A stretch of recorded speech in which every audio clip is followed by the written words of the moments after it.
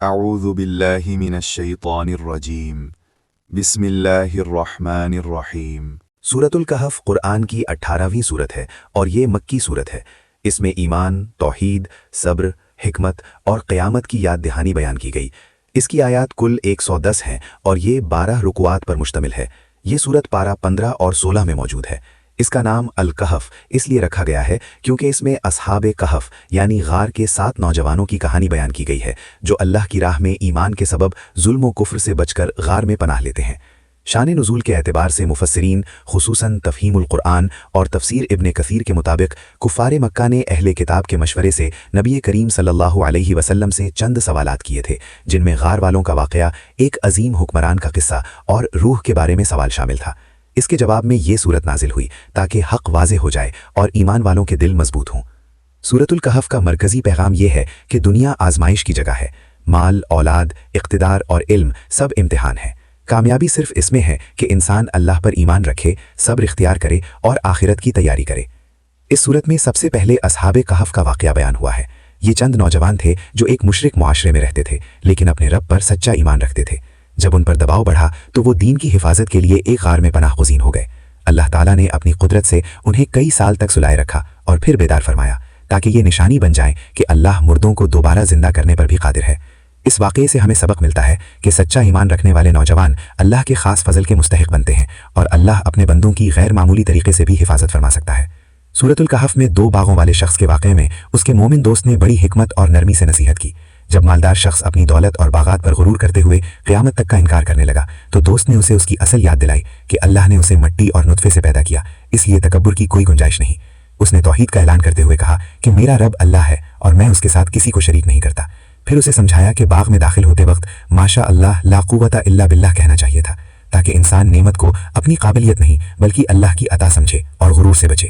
اس نے متنبہ کیا کہ دنیا کی نعمتیں عارضی ہیں، اللہ چاہے تو بہتر عطا کر دے یا سب کچھ چھین لے۔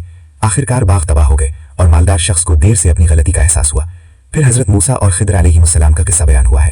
حضرت موسیٰ علیہ السلام کو جب اللہ کی طرف سے یہ اطلاع ہوئی کہ سمندر کے کنارے ایک ایسے بندے کے پاس علم ہے جو آپ کے پاس نہیں، تو آپ ان کی تلاش میں روانہ ہوئے۔ بالآخر آپ کی ملاقات حضرت خضر علیہ السلام سے ہوئی۔ آپ نے ان سے ساتھ رہنے کی اجازت مانگی۔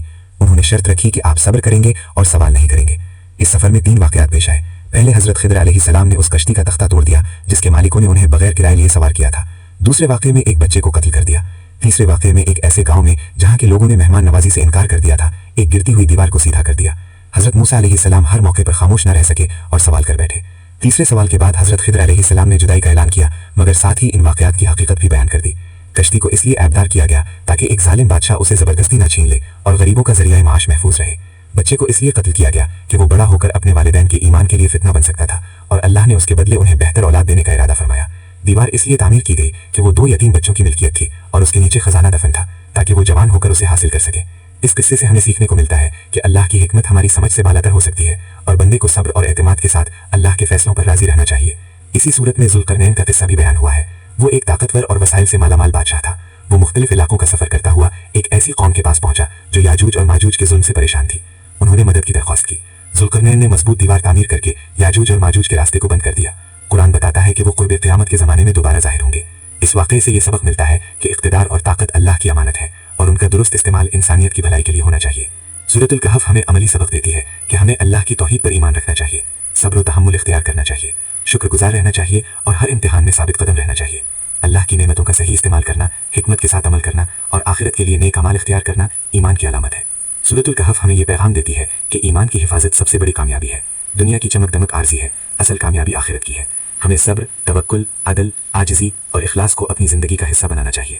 اللہ تعالیٰ ہمیں سورۃ الکہف کے پیغام کو سمجھنے اور اس پر عمل کرنے کی توفیق عطا فرمائے۔